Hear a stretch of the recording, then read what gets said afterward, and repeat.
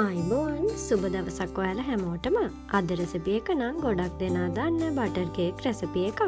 මම මේ හදාගෙන තියෙන්නේ කිලෝග්‍රෑම් එකක බටර් කේක් එකක්.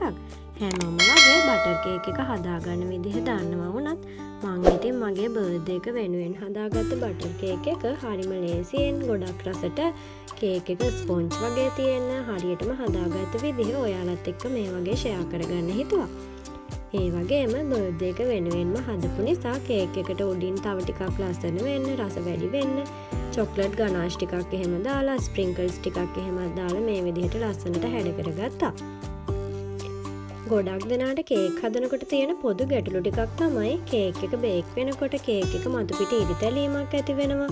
එහෙම නැත්නම් කේක් එක බේක් වෙනකොට හොඳට උඩට පිපිලා ඇවිත් කේක් එක oven එකෙන් එළියට අරගෙන ටික වෙලාවක් යනකොට කේක් එක ආපහු පහළට ගිලා බහිනවා. එහෙමත් නැත්නම් කේක් එකේ ස්පොන්ජ් ගතියට වගේ නැතුව ටිකක් තද ගතියකට, මැටි ගතියකට වගේ තියෙනවා වගේ ගැටලු.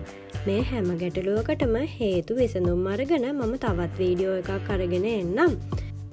මේ වීඩියෝ එකේම ඒ හැමදේම කියන්න ගියොත් වීඩියෝ එක ගොඩක් දිග වෙන නිසා මම වෙනම වීඩියෝ එකක් අරගෙන එනවා. ඒ වීඩියෝ එකේ ලින්ක් එකත් පහළ ඩිස්ක්‍රිප්ෂන් බොක්ස් එකේ දාන්නම්. එහෙනම් මම ලේසියෙන්ම ගොඩක් රසට සරලව කේක් එක හදාගත්ත විදිය බලන්න අපි යමු ඉස්සරහට. යන්න කලින් පොඩි මතක් කිරීමක් කරන්නම්. මාව සබස්ක්‍රයිබ් කරන ඇති අය ඉන්නවා නම් මාව සබස්ක්‍රයිබ් කරලා වීඩියෝ එකක් දාපු ගමන් බලන්න බෙල් අයිකන් එකත් ඕල් දාගෙනම වීඩියෝ එකට යමු.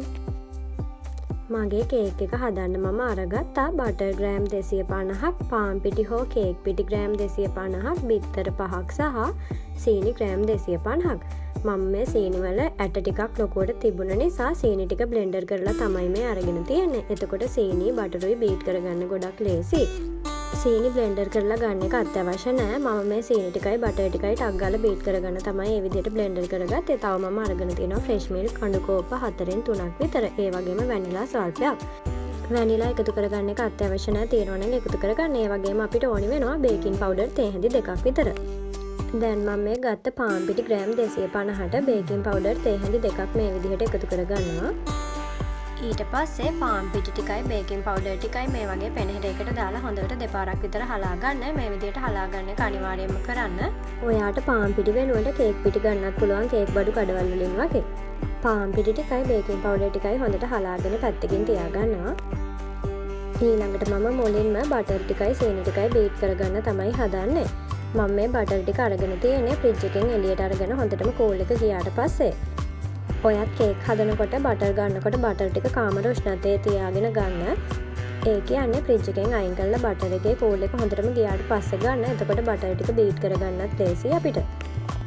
ඊට පස්සේ අපි මුලින්ම සීනි ටිකයි බටර් ටිකයි හොඳට බීට් කරගන්නවා. මම මෙතන සීනි කලින් බ්ලෙන්ඩර් කරලා අරගෙන තියෙන නිසා මට සීනි ටිකයි බටර් ටිකයි බීට් කරගන්න හරිම ලේසියි. සීනි වල ඇට දිය වෙනකන් ගොඩාක් වෙලා බීට් කරගන්න ඕනේ නෑ. ඔයත් කේක් එක හදාගන්නකොට සීනි ඇට පොඩිවට තියෙන සීනි ගන්න පුළුවන් නම් ගන්න. එහෙම නැත්නම් ලොකු ඇට සීනි තියෙනවා නම් සීනි ටික පුළුවන් නම් කලින් බ්ලෙන්ඩර් කරලා ගන්න. එතකොට ඔයාට සීනි ඇට දිය වෙනකන් ගොඩාක් වෙලා බීට් කරගන්න අවශ්‍ය වෙන්නේ නැහැ. සීනි වල ඇට දිය වෙනකම්ම බීට් කරගන්න එක අනිවාර්යයෙන්ම කරගන්න ඕන වැඩක්.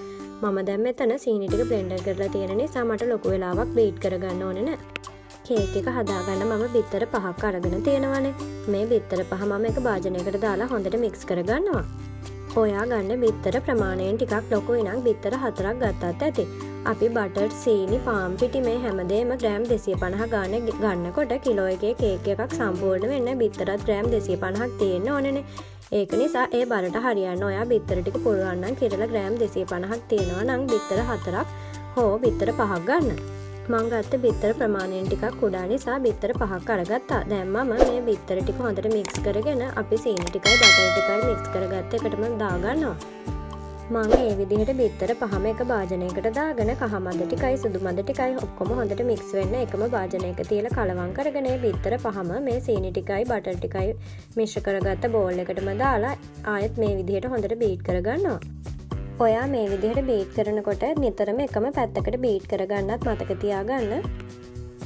ඊට පස්සේ මම සීනි බටර් බිත්තර හොඳට බීට් කරගත්තට පස්සේ අපේ පාන් පිටි ටිකයි බේකින් පවුඩර් ටිකයි මේ බෝල් එකටම දාගෙන ඔක්කොම ටික ආපහු බීට් කරගන්නවා. මම පාන් පිටි ටික සේරම එකම පාරට බීට් කරගන්නේ නැතුව දෙපාරකට තමයි දාලා බීට් කරගන්නේ. මුලින්ම පාන් පිටි වලින් භාගයක් විතර බෝල් එකට දාගෙන ඒ ටික හොඳට බීට් කරගත්තට පස්සේ තමයි ඊළඟ පාන් පිටි ටික ආපහු මේකටම එකතු කරගන්නේ. මේ විදිහට ක්‍රීම් එකක් වගේ වෙනකන් හොඳට බීට් කරගන්න. ඒ පාන් පිටි බිත්තර සීනි ටික හොඳට බීට් වුණාට පස්සේ මම ඊළඟ පාන් පිටි ටිකත් මේ වගේ එකතු කරගෙන ඒ ටිකත් හොඳට බීට් කරගන්නවා. මේ වගේ ක්‍රීම් එකක් වගේ වෙනකම් හොඳට බීට් කරගන්න ඕනේ. ඔයා මේක බීට් කරගන්න ප්‍රමාණය අනුව කේක් එකේ ක්වොලිටි එක තීරණය වෙනවා. අනිවාර්යෙන්ම කේක් එක ගොඩාක් හොඳට බීට් වෙලා තියෙන්න ඕනේ මේ oven එකට දාන්න කලින්.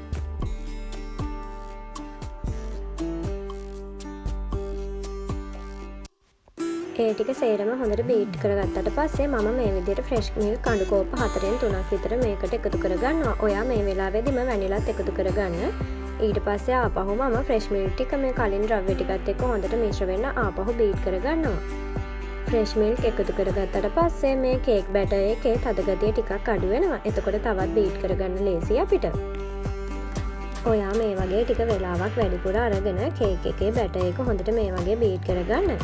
මේක හොඳට ක්‍රීම් එකක් වගේ වෙනකන් හොඳට බීට් කරගන්න ඕනේ.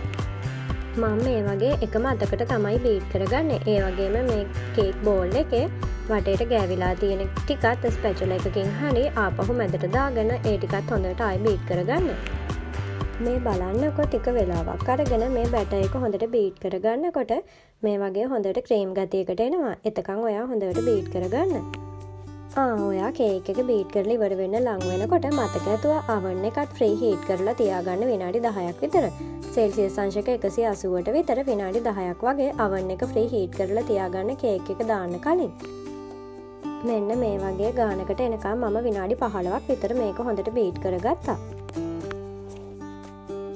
මම මේ වෙනකොට කේක් තැටියටත් මේ වගේ තෙල් කොලයක් දාලා ඒකෙත් බටර් ටිකක් ගා ගන්නවා කේක් එක අල්ලන්නේ නැති වෙන්න. ඔයා හදාගන්න කේක් එකේ ප්‍රමාණයට ගැලපෙන කේක් තැටියක් ඔයා අනිවාර්යයෙන්ම තෝරගන්න. නැත්නම් කේක් එක උඩට ඉතිරිලා යයි බේක් වෙනකොට. මම කේක් බැටර් එක ට්‍රේ එකට දාගෙන කේක් බැටර් එක ට්‍රේ එක හැමතැනම හොඳට පැතිරෙන විදිහට මේ වගේ හදා ගන්නවා.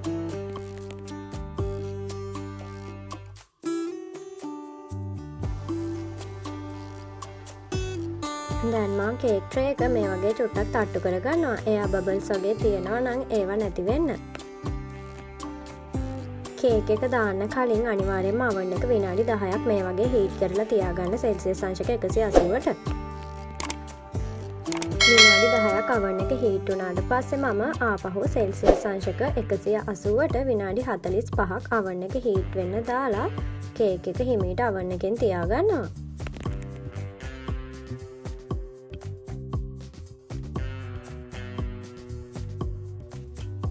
ඔයා කේක් එක oven එකට දාලා ඔන් කරලා කේක් එක බේක් වෙන්න පටන් ගත්තට පස්සේ බේක් වෙලා ඉවර වෙනකන් කිසිම වෙලාවක oven එක ඇරලා බලන්න එපා. මේ වගේ නිතර නිතර oven එක ඇරලා බලනකොට කේක් එකේ මතු පිට ගිලා බහින්න මේකත් එක හේතුවක් වෙනවා. ඒක නිසා ඔයා විනාඩි 40ක් හෝ 45ක් ඔයා තියෙන වෙලාව ඉවර වෙනකන් ඊට කේක් එක බේක් වෙන්න දෙන්න. මේ බලන්නකෝ කේක් එක oven එකට දාලා විනාඩි 20ක් වගේ යනකොට කේක් එක මේ වගේ බේක් වෙලා උඩට පිපිලා ඇවිල්ලා තියෙනවා. හරිම සුවඳයි මේ වෙලාවේ. ඔන්න හරියටම විනාඩි 45කට පස්සේ කේක් එක බේක් වෙලා. දැන් oven එක ගොඩක් රත් වෙලානේ තියෙන්නේ. කේක් එක බේක් වෙලා විනාඩි 5ක් 10ක් වගේ යනකම් මම oven එක අරින්නේ නැහැ. ඊට පස්සේ ඔයා හිමීට කේක් එකට ටූත් පික් එකකින් වගේ ඇනලා බලන්න. කේක් එක හොඳටම ගානකට බීට් වෙලා නම් ටූත් පික් එක මේ වගේ තියෙනවා. මේ ටූත් පික් එකේ ඇලෙන ගතියකට වගේ කේක් බැටර් එක ගෑවිලා තියෙනවා නම් ඔයා තවත් විනාඩි 10ක් විතර බේක් කරගන්නවා. මම මේ කේක් එක බර්ත්ඩේ එක වෙනුවෙන් හදපු නිසා කේක් එක ටිකක් ලස්සන කරගන්න තමයි හදන්නේ. මම අයිසිං කරගන්නේ නැතුව කේක් එකට චොක්ලට් ගනාෂ් ටිකක් දාලා ටිකක් ලස්සන කරලා රස වැඩි කරගන්න හදන්නේ මේ විදිහට. ඉතින් මම මේකට මුලින්ම ෆ්‍රෙෂ් මිල්ක් ටිකක් මේ වගේ කප් එකකට දාගෙන ෆ්‍රෙෂ් මිල්ක් ටික හොඳට රත් කරගත්තා. රත් කරගත්ත ෆ්‍රෙෂ් මිල්ක් ටිකට ඩාර්ක් චොක්ලට් එකතු කරගෙන ඩාර්ක් චොක්ලට් ටික හොඳට ෆ්‍රෙෂ් මිල්ක් එකේ මෙල්ට් වෙන්න ටිකක් වෙලා තියෙනවා. ඔයාට මේකට ඩාර්ක් චොක්ලට් හෝ අපි සාමාන්‍යයෙන් කන චොක්ලට් ගන්නත් පුළුවන්. චොක්ලට් ටික මේ විදිහට ෆ්‍රෙෂ් මිල්ක් ටිකට එකතු කරගන්න කලින් චූටි කෑලි වලට කපලා ගන්නවා නම් ගොඩක් ලේසි ෆ්‍රෙෂ් මිල්ක් ටිකේ ඩාර්ක් චොක්ලට් ටික ටක් ගාලා දිය වෙනවා. මේ තියෙන්නේ ෆ්‍රෙෂ් මිල්ක් ටිකේ රසණට චොක්ලට් ටික දැන් හොඳට මෙල්ට් වෙලා. දැන් මම කේක් එක උඩට මේ චොක්ලට් ටික දාලා කේක් එක ලස්සන කරගන්නවා. මේ විදිහට කේක් එකේ මැද ඉඳලා හිමීට වටේට එන්න මම මේ විදිහට චොක්ලට් ටික දාගන්නේ. චොක්ලට් ටික ගොඩක් දියාරු ගතියට ගන්න එපා. එතකොට මේ කේක් එකේ හිටින්නේ නැතුව චොක්ලට් ටික පල්ලෙහාට ගලාගෙන යයි. ඒක නිසා ඔයා චොක්ලට් ටික ටිකක් උකු ගතියකට ගන්න. ඒ කියන්නේ ඔයා ගන්නකොට ෆ්‍රෙෂ් මිල්ක් ටිකක් අඩුවෙන් ගන්න.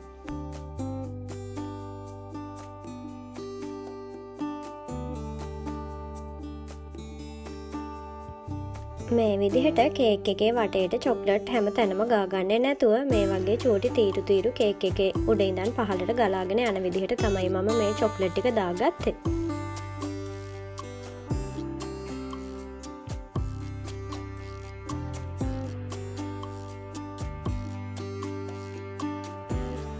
චොක්ලට් ටික දාගත්තට පස්සේ කේක් එක ටිකක් ලස්සන වෙන්න මම ස්ප්‍රින්කල්ස් ටිකකුත් උඩින් දාගන්නවා. ඔයා චොක්ලට් ටික දාලා චොක්ලට් ටික වේලෙන්න කලින් ස්ප්‍රින්කල්ස් දාගන්න. නැත්නම් චොක්ලට් එකේ ස්ප්‍රින්කල්ස් ටික ඇලෙන්නේ නැති වෙයි. ඉතින් මේ තියෙන්නේ මම මගේ බර්ත්ඩේ එක වෙනුවෙන්ම හදාගත්ත සිම්පල් කේක් එක. කේක් එක ඇත්තටම ගොඩක් රසට තිබුණා. කේක් එක ස්පොන්ජ් ගතියට වගේ කඩේ කේක් වලටත් වැඩිය ගොඩක් රසට තිබුණා. ඉතින් බටර් කේක් කියන්නේ සාමාන්‍යයෙන් හැමෝම දන්න රෙසිපි එකක් වුණත් මම මේ කේක් එක හදාගත්ත විදිහ ඔයාලත් එක්ක ෂෙයා කරගන්න හිතුවේ. ඔයාලත් මේකෙන් මොකක් හරි ඉගෙන ගයි කියලා හිතපු නිසා. ඉතින් ඔයාලා වීඩියෝ එකට කැමති නම් ලයික් එකක් දාගෙන යන්න. මගේ වීඩියෝ දිගටම බලන්න, සබ්ස්ක්‍රයිබ් කරලා බෙල් අයිකන් එකත් ඕල් දාගෙන තියාගන්න. සුබ දවසක් ඔයාලට.